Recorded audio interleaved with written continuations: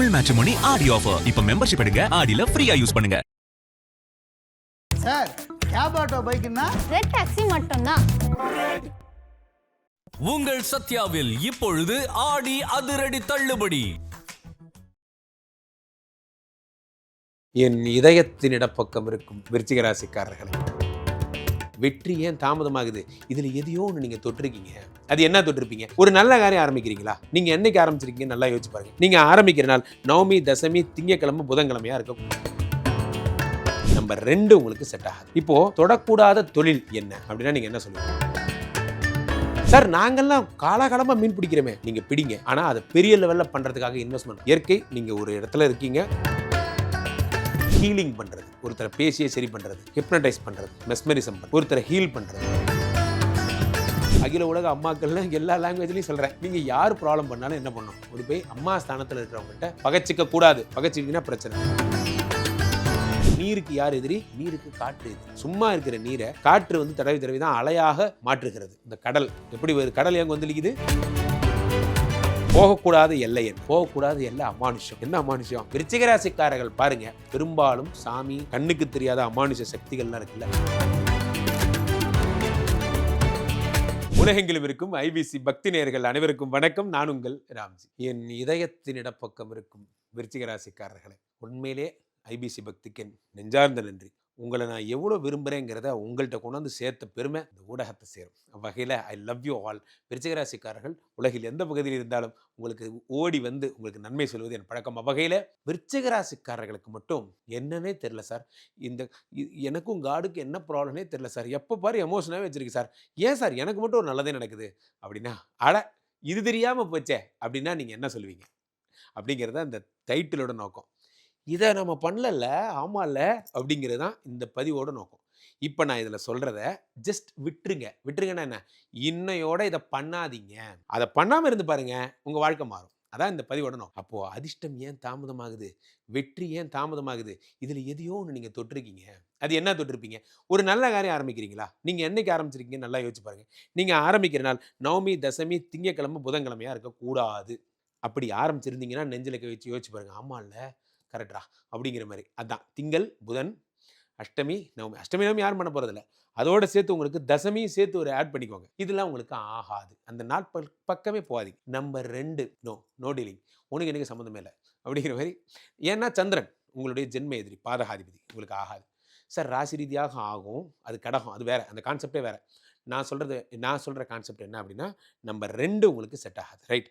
இப்போது தொடக்கூடாத தொழில் என்ன அப்படின்னா நீங்கள் என்ன சொல்லுவீங்க?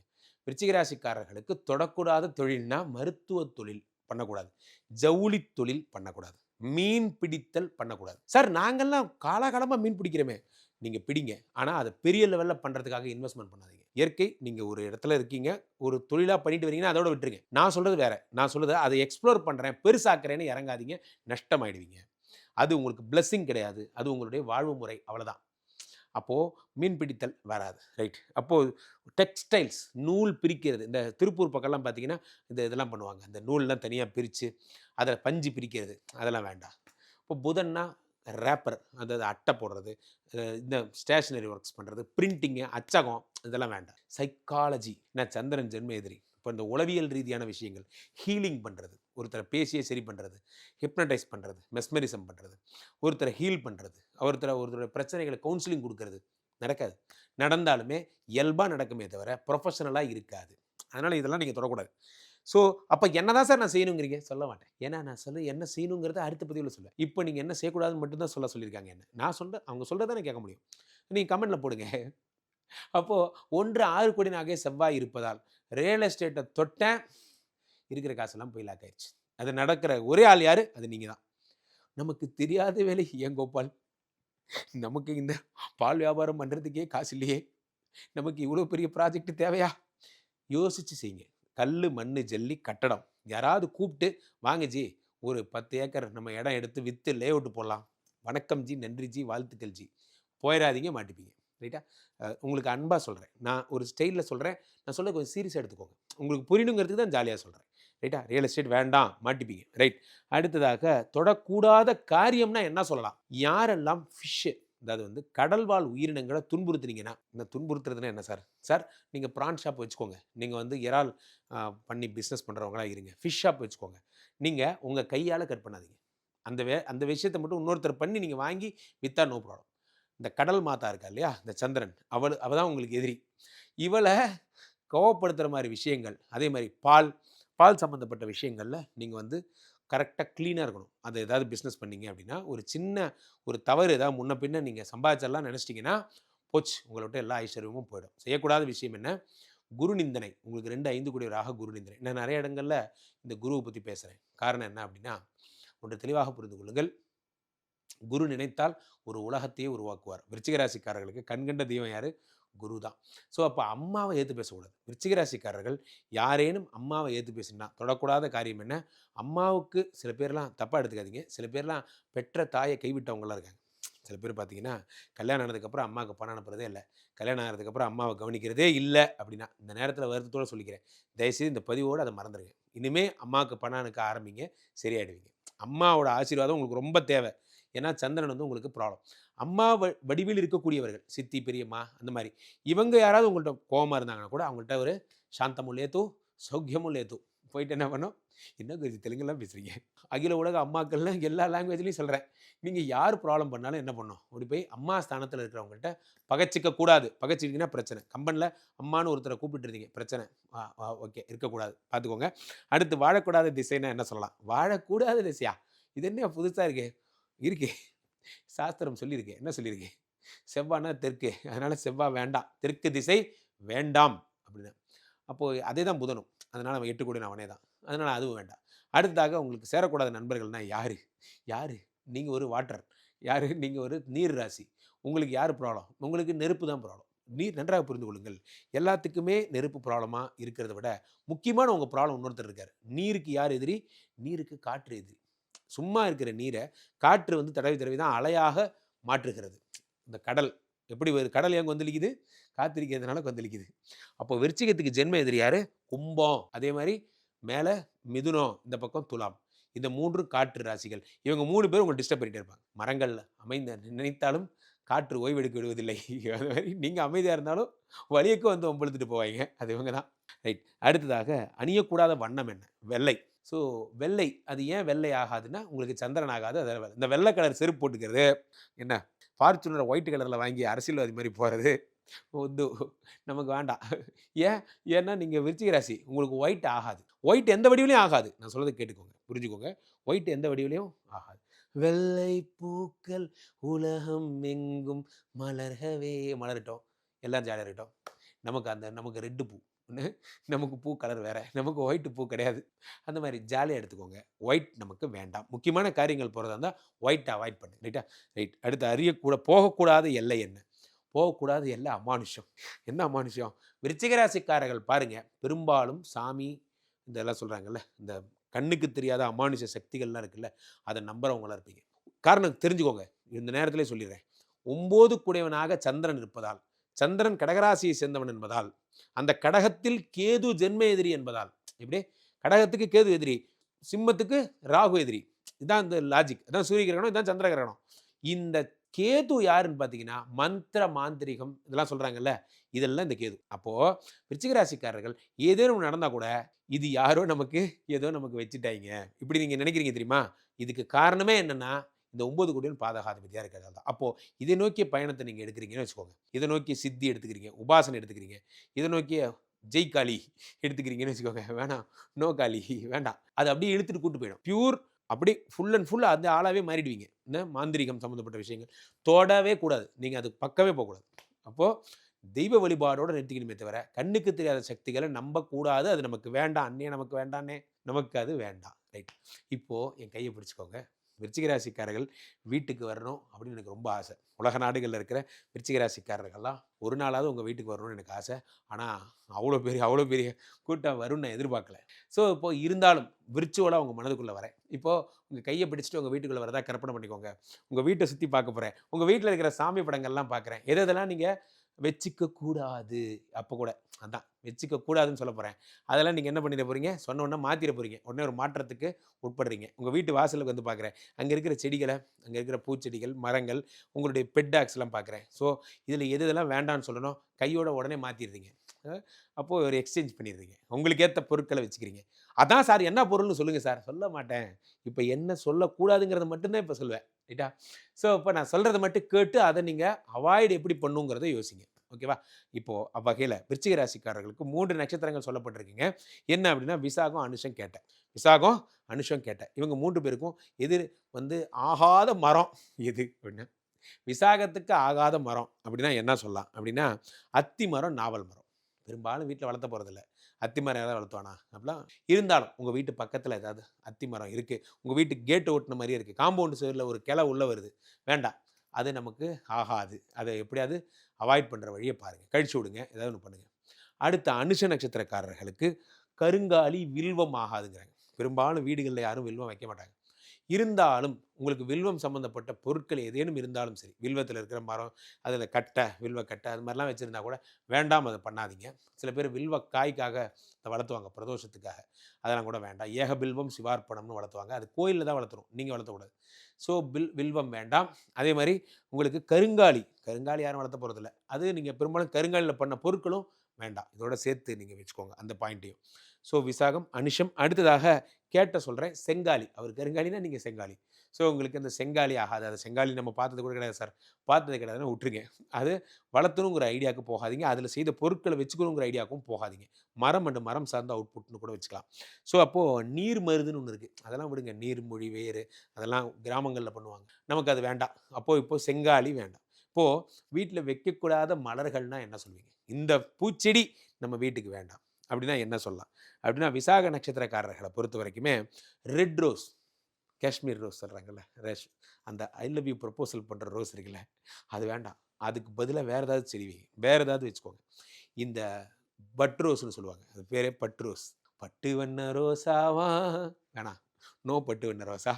பெங்களூர் ரோஸ், அதுக்கு நிறைய பேர் இருக்குங்க. ஒரு ரவுண்டாக இருக்கும், அப்படி அழகாக ஐ லவ் யூ சொல்கிற ரோஸ், அதுதான் உலக அளவில். அந்த ரோஸ் நமக்கு வேண்டாம். அதே மாதிரி அனுஷா நட்சத்திரக்காரர்களுக்கெல்லாம் பார்த்தீங்கன்னா, ஜாதி மல்லி, ஜாதி மல்லி பூச்சரமே சங்கத்தமிழ், நோ ஜாதி மல்லி, நோ சங்கத்தமிழ்.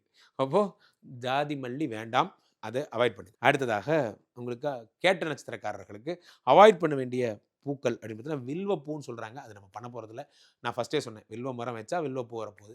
ஸோ அது உங்களுக்கு ப்ராப்ளம் இல்லை, நீங்கள் ஆள் பூ அளவுடு உங்களுக்கு. இப்போது வீட்டில் வளர்த்தக்கூடிய பெட் டாக்ஸ் பற்றி பேசலாம். எந்த பெட் டாக்ஸ் வந்து வளர்த்தக்கூடாது, எது வளர்த்தணும் சொல்ல மாட்டேன், அதை அடுத்த பதிவில் தான் சொல்லுவேன். எதை வளர்த்தக்கூடாது அது மட்டும் தான் இப்போ சொல்லுவேன். மைண்டில் வச்சுக்கோங்க, திரும்பவும் சொல்கிறேன், மைண்டில் வச்சுக்கோங்க. இப்போ நான் சொல்கிறத அவாய்ட் பண்ணணும்னு சொல்கிறேன், அதனால தான் நான் திரும்ப சொல்லிக்கிறேன். அப்போது விசாக நட்சத்திரக்காரர்கள் பெரும்பாலும் பெண் எருமை வேலைக்காகாது. அதுக்கு அடுத்ததாக அது வச்சுக்க வேண்டாம். வச்சுக்கிட்டா உங்களுக்கு சம்பத்து தராது, காசு தராது. அப்போ நாங்கள் பால் கறக்கிறோமே சார், நாங்கள் என்ன சார் செய்யாது? ஓகே, ப்ரொஃபஷனல் வேறு, நான் சொல்கிறது செல்லப்பிராணிகள் வேறு. நான் சொல்கிறது செல்லப்பிராணிகள் வளர்த்த வேண்டாம். அதேமாதிரி அனுஷா நட்சத்திரக்காரர்களுக்கு பெரும்பாலும் வந்து ப்ராப்ளமே எதுவும் கிடையாது, எல்லாமே வைல்டு அனிமல்ஸாக போயிடுது. அனுஷா நட்சத்திரக்காரர்களை தேடி பார்க்கும்போது பெண் மான், ஆண் நாகம், பெண் புலி, இதுக்கு எனக்கு சம்மந்தமே இல்லைப்பா.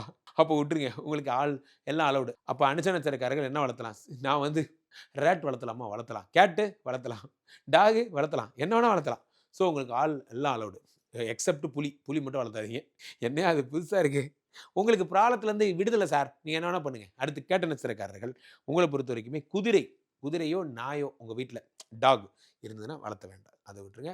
சில பேர் வீட்டில் குதிரை வளர்ப்பாங்க, ஒரு ஸ்டைலுக்கு பண்ணுவாங்க, அதெல்லாம் பண்ணாதீங்க, அது உங்களுக்கு செட் ஆகாது. அடுத்ததாக பெயரின் முதல் லெட்டர்ஸ் எதை வைக்கக்கூடாது.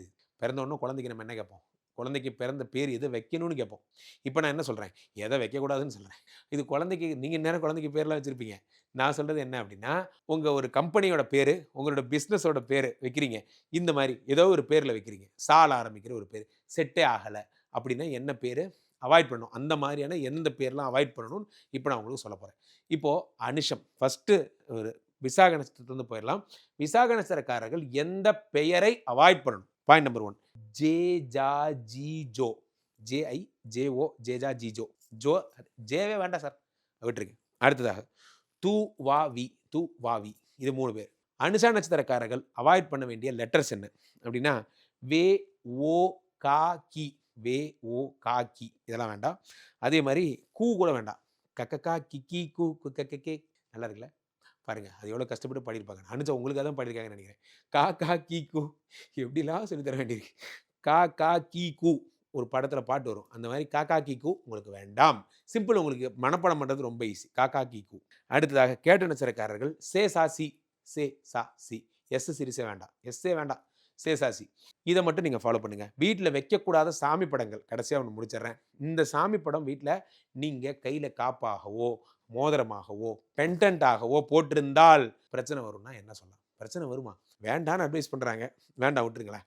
ஸோ அப்படின்னா என்ன அப்படின்னா, விசாக நட்சத்திரக்காரர்களை பொறுத்த வரைக்குமே ஹயக்ரீவர் கிருஷ்ணர் காயத்ரி, ஹயக்ரீவரோ கிருஷ்ணரோ காயத்ரியோ கழுத்தில் போட்டுக்காதீங்க, கையில் போட்டுக்காதீங்க. அனுஷா நட்சத்திரக்காரர்களை பொறுத்த வரைக்குமே பெரும்பாலும் சக்கரத்தாழ்வார். சில பேர் என்ன பண்ணுவாங்க, சக்கரத்தாழ்வாரை ஸ்ட்ரெயிட்டாக சக்கரமாகவே கழுத்தில் போட்டுக்குவாங்க. அதெல்லாம் பண்ணக்கூடாது. நான் இந்த நேரத்தில் இன்னொன்றும் பதிவு சொல்லிக்கிறேன். சில பேர் ஸ்ரீ சக்கரத்தை ஸ்ட்ரெயிட்டாக கழுத்தில் போட்டுப்பீங்க. சில பேர் சக்கரங்கள் குண்டலினி பற்றிலாம் தயவுசெய்து வேண்டாம் சார், அதெல்லாம் பிரி கான்செப்ட், அதெல்லாம் பண்ணாதீங்க. சில பேர் வந்து துர்கா சக்கரம், இது இந்த சக்கரம் அந்த சக்கரம் வாங்கி கழுத்தில் போட்டுக்கிறது, கையில் சக்கரத்துக்குள்ளலாம் விளையாடாதீங்க. அது நமக்கு அது வந்து போற்றி பூஜிக்கப்பட வேண்டிய விஷயம், கழுத்தில் கையில் மாட்டிட்டு அலைகிற விஷயம் இல்லை. சில பேர் அதெல்லாம் மாட்டிட்டு தப்பெல்லாம் பண்ணுறீங்க. சில பேர் அதை கழுத்தில் போட்டிருப்பாங்க, ஸ்ரீசக்கரெலாம் போட்டிருப்பாங்க, தவறுலாம் செய்வீங்க. இதெல்லாம் பண்ணால் பெரிய தப்பாக போயிடும். உங்களால் லைஃப் ஸ்டைலை மாற்றிக்க முடியலன்னா சக்கரம் போடுறதை நிறுத்திடுங்க. சக்கரமே போடாதீங்க. என்ன கேட்டால் போடாதீங்கன்னு தான் சொல்லுவேன். அதில் நீங்கள் சக்கர தாழ்வாரையே கூப்பிட போகிறீங்க. ஐயோ வேண்டாம். அனுச நட்சத்திரக்காரர்களுக்கு சக்கர தாழ்வார் செட் ஆகாது. அடுத்து கேட்ட நட்சத்திரக்காரர்களுக்கு மிருத்யுஞ்சேஸ்வரர் சிவபெருமான், தென்னாடுடைய சிவனையை போற்றி, சிவன் சம்பந்தப்பட்ட கழுத்து பெண்டன்ட்டு டாலர்ஸ் வேண்டாம். ரொம்ப ஈஸியாக சொல்லியிருக்கேன், ரொம்ப ரொம்ப ஈஸி. அது அனுச நட்சத்திரம்லாம் சோ மெனி எக்ஸம்ஷன்ஸ். நீங்கள் எதை வேணால் வளர்த்திக்கலான்னு சொல்லிட்டேன். எதை வேணால் எல்லாமே பார்த்தீங்கன்னா ரொம்ப சாதாரண விஷயங்கள். உங்களுக்கு எளிதில் நீங்கள் பின்பற்றக்கூடிய விஷயங்களை தான் சொல்லியிருக்கோங்க. பெருசாக ஒன்றுமே சொல்லலை. உங்கள் நட்சத்திரத்துக்கு அமானுஷ பக்கம் நம்ம எதுக்கு போகிறோம்? இந்த ரட்சையை கையில் கட்டிக்கிட்டு 12 மணிக்கு நாள் நீ வேணாம், நான் ஏன் போகிறேன் அப்படிங்கிற மாதிரி அந்த மாதிரி விஷயங்கள் தான் உங்களுக்கு சொல்லியிருக்கோம். அமானுஷம் உங்களுக்கு ஆகாதுன்னு சொன்னேன். ஸ்பிரிச்சுவல் உங்களுக்கு ஒத்து வரும்னு சொன்னேன். உங்களுக்கு ரொம்ப ஆகக்கூடிய சைக்காலஜி உங்களுக்கு ஆகாதுன்னு சொன்னேன். அதே மாதிரி உங்களுடைய வாழ்க்கையில் புதன் ஆகாதுங்கிறனால டெக்ஸ்டைல் ஆகாதுன்னு சொன்னேன். அப்போ எது ஆகுன்னு சொல்லிடுங்க சார். சொல்ல மாட்டேனே, அதை நான் அடுத்த பதிவில் தான் சொல்லுவேன். ஸோ இப்போ அடுத்ததாக உங்களுக்கு டிஜிட் சொல்லியிருந்தேன், நம்பர் 2 ஆகாது, இதெல்லாம் சொல்லி அம்மாவை திட்டக்கூடாதுன்னு சொல்லியிருந்தேன். உங்கள் வீட்டில் நடக்கக்கூடிய சின்ன சின்ன விஷயங்கள் சொல்லியிருக்கேன், அவ்வளோதான். இதை கூட ஃபாலோ பண்ண முடியலன்னா ரொம்ப கஷ்டம். ஏன்னா ரொம்ப எளிமையான ஈஸியான விஷயங்கள் சொல்லியிருக்கேன். வெள்ளை கலர் சட்டை போடாதுன்னு சொல்லியிருக்கேன். இது ஒரு கஷ்டமா சார்? வெள்ளை கலர் சட்டையை மாற்றிருக்கேன், சிம்பிளாக சொல்லியிருக்கேன். ஒன்று நீங்கள் பாருங்கள், அல்லது விருச்சிக ராசிக்காரர்கள் மற்றவருக்கு அனுப்புங்க. எனக்கு ரொம்ப நம்பிக்கை இருக்குது உங்கள் மேலே. நீங்கள் கண்டிப்பாக இந்த பதிவை வெற்றி பெற வைப்பீங்கன்னு. ஏன்னா இது ஒரு லைஃப் டைம் கண்டென்ட்டு, மனசுக்குள்ளே வச்சுக்கணும். இதில் சொன்ன படங்களை போடாமல் இருங்க, இதில் சொன்ன மிருகங்களை வளர்த்தாமல் இருங்க, இதை பண்ணாமல் இருந்தாலே போதும். இதை தாண்டி ஒரு விஷயம் எனக்கு நடந்துருச்சு சார். நான் தான் சார் அந்த நீங்கள் சொன்ன மாதிரியே நான் கட்டடம் கட்டுறதுக்கு தான் சார் பணம் போட்டேன், மாட்டிக்கிட்டேன் சார். மாட்டிக்கிட்டீங்களா? அப்போ கீழே போய்ட்டு இந்த 2 நம்பரை கூப்பிடுங்க. உங்களுடைய சொந்த ஜாதகத்தை பார்த்துக் கொள்ளுங்கள். IBC customer care executives with their highly professionals. நீங்கள் ஃபோன் பண்ண அடுத்த 5வது நிமிடம் என்னோட கனெக்ட் பண்ணுவாங்க. டக்கல் முறையில் கூட என்னோட நீங்கள் பேசலாம். நிறைய பேர் ஏன் கேட்குறீங்கன்னா, கனெக்ஷன் கிடைக்கல, ஃபோன் எடுக்க முடியலன்னு கோச்சிக்கிறீங்க. டக்கல்னு கேட்டு பாருங்கள், அவங்க கைட் பண்ணுவாங்க. அதே மாதிரி ஐபிசி பக்தி பரவசம் 2026 வருகின்ற ஆகஸ்ட் 7ஆம் தேதி வாணி மஹாலில் மகாலிங்கம் சார்லாம் வரார். வந்து பெருசாக கருப்பு சாங், கருப்பா அந்த மாதிரி அந்த புகழவர் அங்கே நிறைய சாங்ஸ் பாட போகிறாங்க. அந்த புகழவர் அங்கே பெரிய பெரிய ஆட்கள்லாம் வராங்க. அதெல்லாம் முக்கியம் இல்லை, நீங்கள் வரணும், அதுதான் முக்கியம். ஏன்னா ஐபிசி பக்தி தொடர்ந்து பார்த்துட்டு இருக்க நீங்கள் தான் எங்களுக்கு ரொம்ப முக்கியம். உலகின் எந்த பகுதியில் இருந்தாலும் சரி, அடுத்த பஸ் ஏறி, அடுத்த ஃப்ளைட் ஏறி, அடுத்த கார் ஏறி, எப்படியோ வந்து பக்கத்தில் இருந்தாலும் சரி, தூரமாக இருந்தாலும் சரி, ஐபிசி பக்தி பரவசம் நிகழ்ச்சிக்கு வந்து சேருங்கள். என்னுடைய அன்பு கோரிக்கையாக, கட்டளையாக, எப்படி வேணால் எடுத்துக்கோங்க. கண்டிப்பாக வருவீங்க. நீங்கள் வருவீங்கன்னு நான் நம்புகிறேன். It's my request. And also இப்போ பேசிட்டு இருக்கும்போது ஒரு QR கோடு ஒன்று போயிட்டுருக்கோம். அதை நீங்கள் ஸ்கேன் பண்ணிங்கன்னா எங்களுடைய ஐபிசி பக்தியினுடைய வாட்ஸ்அப் சேனலோட கனெக்ட் ஆகிடுவீங்க. என் பதிவுகள், என் மூத்தோர் பதிவுகள் எல்லாரும் உங்களுக்கு வந்து சேரும். மீண்டும் ஒரு நல்ல பதிவில் சந்திப்போம். நன்றி, வணக்கம். பக்தி பரவசம் 2026 அனைவரும் வருக, அனுமதி இலவசம். August 7 Vani Mahal, Chennai. Tamil matrimony Aadi offer. இப்ப மெம்பர்ஷிப் எடுங்க, ஆடில ஃப்ரீயா யூஸ் பண்ணுங்க. சார் கேப் ஆட்டோ பைக்குன்னா ரெட் டாக்ஸி மட்டும்தான். உங்கள் சத்யாவில் இப்பொழுது ஆடி அதிரடி தள்ளுபடி.